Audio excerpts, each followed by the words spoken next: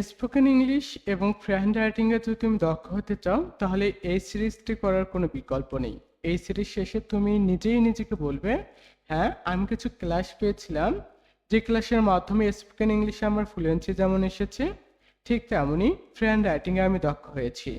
এর জন্য আমি বলবো, হয়তোবা তোমার শিক্ষা জীবনে 12 বছরে তুমি কিছু শেখোনি, তবে যে সুযোগটা তুমি পাচ্ছ এই সুযোগটা কখনোই হাতছাড়া করতে যেও না। যদি হাতছাড়া করো তাহলে দেখা যাবে যে এই সুযোগটা বারবার তোমার কাছে আসবে না। আর যখন আসবে তখন হয়তো বা নিজেও সেভাবে সময় দিয়ে উঠতে পারবে না স্পোকেন ইংলিশ এবং ফ্রেন রাইটিং এর ক্ষেত্রে।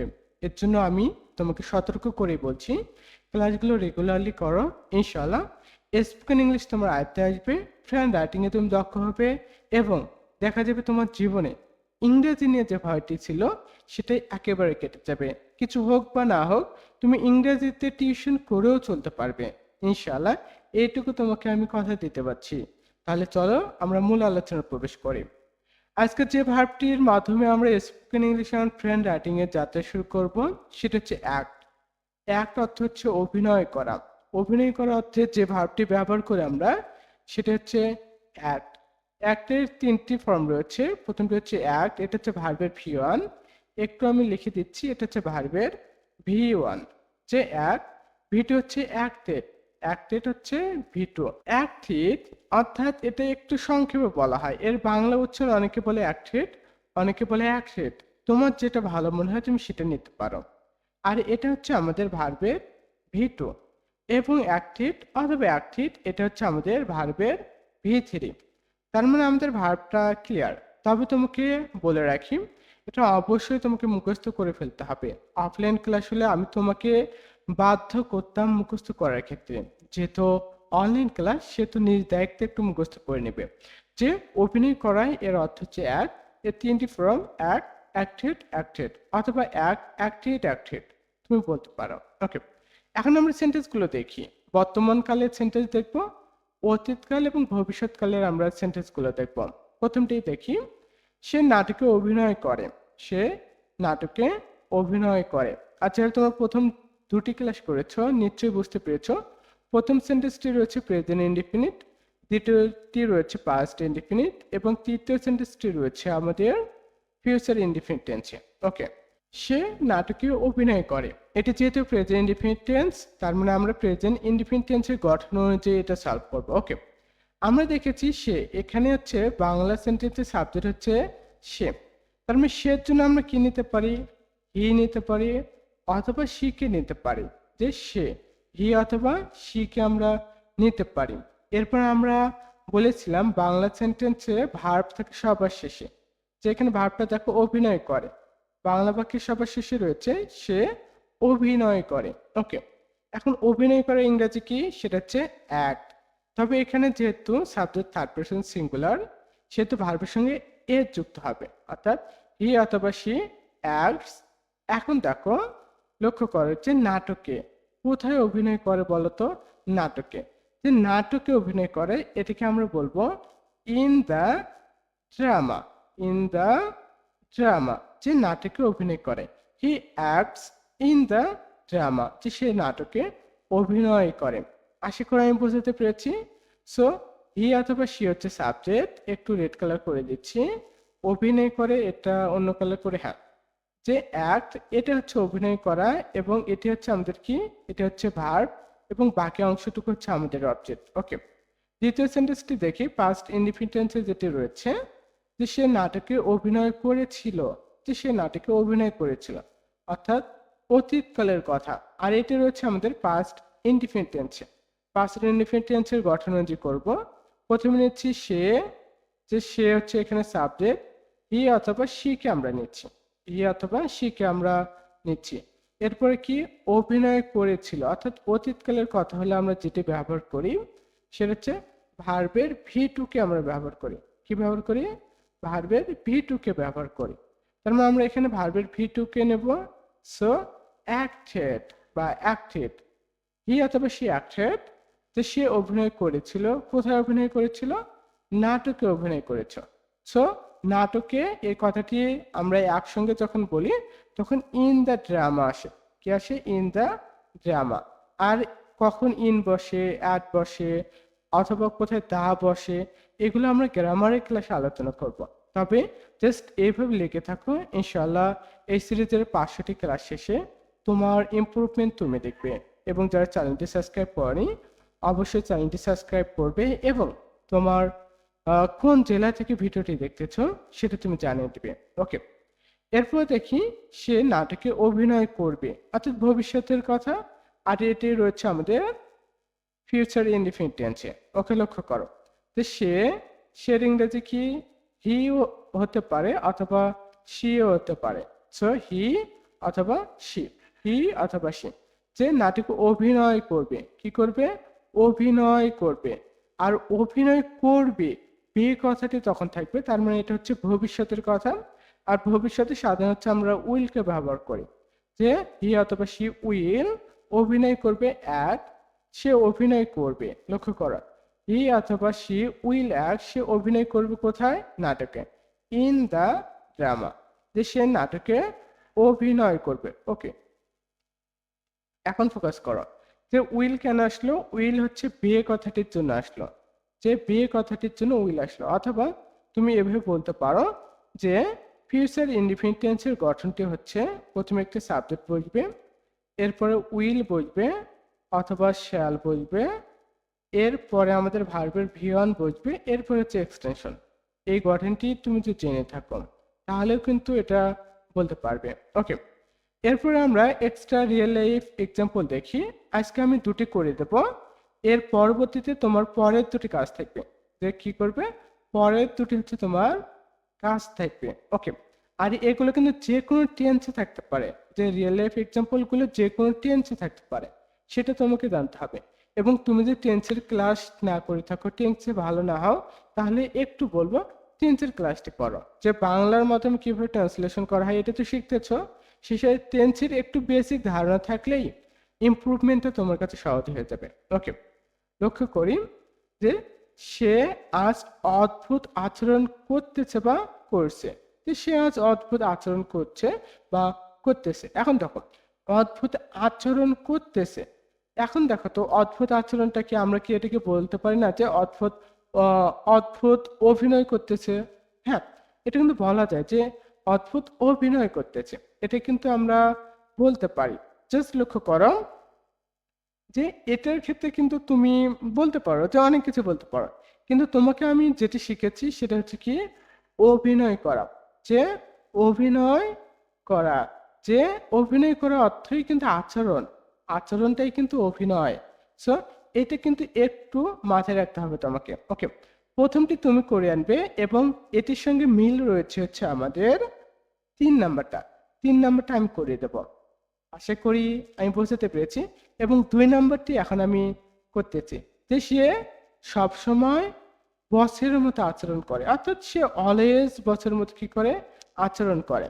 আর 2 নাম্বারটি আমাদের মিল রয়েছে 1 নম্বরের সঙ্গে। ওকে, যে সে, এর ইংরেজি আমরা কি নিতে পারি? সি নিতে পারি অথবা হিকে নিতে পারি। সে বসের মতো আচরণ করে, কি করে? সে সবসময় বসের মতো আচরণ করে। ওকে, সবসময় এটি হচ্ছে, একটি হচ্ছে আমাদের অ্যাডভার্ব।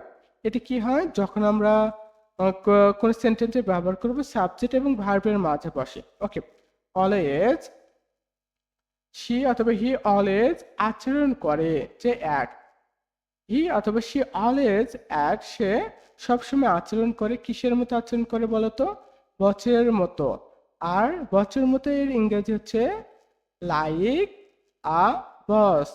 এখন লক্ষ্য করো, তুমি বলতে পারো স্যার লাইক অর্থ তো পছন্দ করা, লাইক অর্থ তো পছন্দ করা, কিন্তু আসলে কি জানো, লাইক এখানে ভার্ব হিসেবে বসেনি, এখানে যেটি বসেছে সেটি হচ্ছে প্রিপোজিশন হিসেবে। যে প্রিপোজিশন, প্রিপোজিশন হিসেবে বসেছে। জাস্ট আমি সংক্ষেপে দিয়ে দিচ্ছি, প্রিপোজিশন। ওকে, যে এটা কিন্তু এখানে একটি প্রিপোজিশন। আর যখন প্রিপোজিশন হিসেবে বসে তখন লাইকের অর্থ আসে হচ্ছে মতো। লাইকের অর্থ কি আসে? লাইকের অর্থ মতো হয়ে যায়। যে he always act like a boss, সে সবসময় বসের মতো আচরণ করে। ওকে, এখন লক্ষ্য করো তো, এখন কি লক্ষ্য করবে? যে অলওয়েজ, অলওয়েজটা হচ্ছে কি আমাদের একটি অ্যাডভার্ব। অলওয়েজটা কি? অলওয়েজটা হচ্ছে একটা আমাদের অ্যাডভার্ব। আর অলওয়েজকে তুমি যেখানে বসাতে যাবে সেটা কি হবে জানো? সেটার অবস্থান হবে সাবজেক্ট এবং ভার্বের মাঝখানে। যে দুই পাশে আমি একটু রেড কালার করে দিচ্ছি, হ্যাঁ অন্য কালার করে দেই। জাস্ট লক্ষ্য করো যে এরপরে, হ্যাঁ, সাবজেক্ট এবং ভার্ব এর মাঝখানে কিন্তু অলওয়েজ বসেছে। তার মানে তুমি এটা ধরে নিতে পারো অলওয়েজ যেখানে বসবে সেটা কি? সেটা হচ্ছে সাবজেক্ট এবং ভার্বের মাঝখানে বসবে। ওকে, এরপর দেখি তারা একটি নতুন ওয়েব সিরিজে অভিনয় করছে বা করতেছে। তবে তারা একটি নতুন ওয়েব সিরিজে অভিনয় করতেছে। এখন লক্ষ্য করো তো তারা এর ইংরেজি কি? তারার ইংরেজি হচ্ছে, তোমরা সকলে জানো, তো ইংরেজি হচ্ছে দে। তারা একটি নতুন ওয়েব সিরিজে অভিনয় করতেছে। যে অভিনয় করতেছে, এখন এখানে একটু তুমি ফোকাস করো যে এখানে একটু তুমি ফোকাস করো যে অভিনয় করতেছে, তার মানে কি কন্টিনিউয়াসলি বোঝাচ্ছে যে কোনো সেন্টেন্স যে করতেছে বোঝায় বা অবিরাম বর্তমানকালে কোনো কাজ চলমান রয়েছে, তাহলে কি হবে? সেটা প্রেজেন্ট কন্টিনিউয়াস টেন্স হবে। আর প্রেজেন্ট কন্টিনিউয়াস টেন্সের গঠনটি আমি একটু সংক্ষেপে বলে দেই। প্রথমে সাবজেক্ট থাকবে, এরপর হচ্ছে অ্যাম, ইজ, আর প্লাস ভার্বের সঙ্গে আইএনজি হবে। কিসের সঙ্গে? ভার্বের সঙ্গে আইএনজি যুক্ত হবে।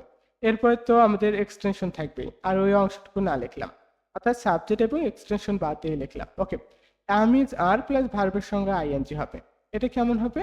দের সঙ্গে তুমি জেনে রাখো, দের সঙ্গে সবসময় হচ্ছে আর যায়, যে দে আর এখন অভিনয় করতেছে, এরপর ভার্বের সঙ্গে আইএনজি, যে অ্যাক্টিং, দে আর অ্যাক্টিং, তারা অভিনয় করতেছে। এখন তুমি চাইলে এটা কি করতে পারো জানো? যে এটাকে তোমার একটু হোমওয়ার্ক দেয় এটার সঙ্গে, যে দে আর অ্যাক্টিং, তারা অভিনয় করতেছে। তুমি বলতে পারো হি ইজ অ্যাক্টিং, যে সে অভিনয় করতেছে। অথবা বলতে পারো আই অ্যাম অ্যাক্টিং, যে আমি অভিনয় করতেছি। তুমি কিন্তু এই কথাগুলো বলতে পারো। জাস্ট এইভাবে যতগুলো পারো অবশ্যই অবশ্যই প্র্যাকটিস করবে। ওকে, যে তারা একটি নতুন ওয়েব সিরিজে অভিনয় করতেছে। দে আর অ্যাক্টিং, তারা অভিনয় করতেছে কোথায়? একটি নতুন ওয়েব সিরিজে। এটার ইংরেজি হচ্ছে in a new web series. In a new web series, SERIES, হ্যাঁ, in a new web series, যে তারা একটি নতুন ওয়েব সিরিজে অভিনয় করতেছে। আর জাস্ট লক্ষ্য করো, এটা আমি, হ্যাঁ, ব্যাকগ্রাউন্ড হলুদ কালার করলাম, যে একটি নতুন ওয়েব সিরিজে।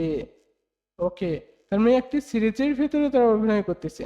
লক্ষ্য করো, এটা কিন্তু মাঝখানে ছিল, আর আমরা কি করলাম? ইংরেজি বাক্যে সবার শেষে দিয়ে দিলাম। ওকে, এটাকে কিন্তু তুমি চাইলে আবার বলতে পারো she is acting in a new web series, অথবা I am acting in a new web series. তুমি যদি চাও তাহলে কিন্তু এইভাবে আবার সেন্টেন্স, অন্যান্য সেন্টেন্স তুমি তৈরি করতে পারো। ওকে, আজকে কথা ছিল আমি দুটি করে দেবো, তবে তোমাকে দুটি করতে হবে।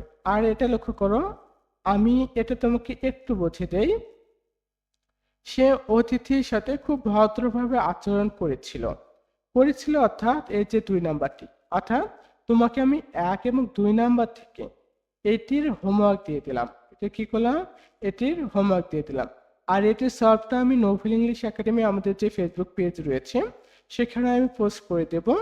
সেই সাথে এটা অবশ্যই তুমি ফিল আপ করবে, এবং আমার যে পার্সোনাল হোয়াটসঅ্যাপ নাম্বার রয়েছে, সেখানে তুমি এটি জমা দিবে, এবং শুধুমাত্র এই ভিডিওটির শেষে তুমি ডান লিখবা, অথবা বলবা স্যার আমি ইনবক্সে আপনাকে হোমওয়ার্কটা জমা দিয়েছি। তার মানে তোমার দেখা দেখে অনেকে আগ্রহ জন্মাবে যে না, একজন যেহেতু আমাদেরকে কি করেছে, হোমওয়ার্ক জমা দিয়েছে, তার মানে আমাকেও জমা দিতে হবে। ইনশাল্লাহ দেখা যাবে এর মাধ্যমে পুরো বাংলাদেশের শিক্ষার্থীরা স্পোকেন ইংলিশ এবং ফ্রেন্ড রাইটিং এর দক্ষতা অর্জন করবে। এখন তোমার কাজ কি? এই দুটি তো করবে, অবশ্যই দুটি করবে।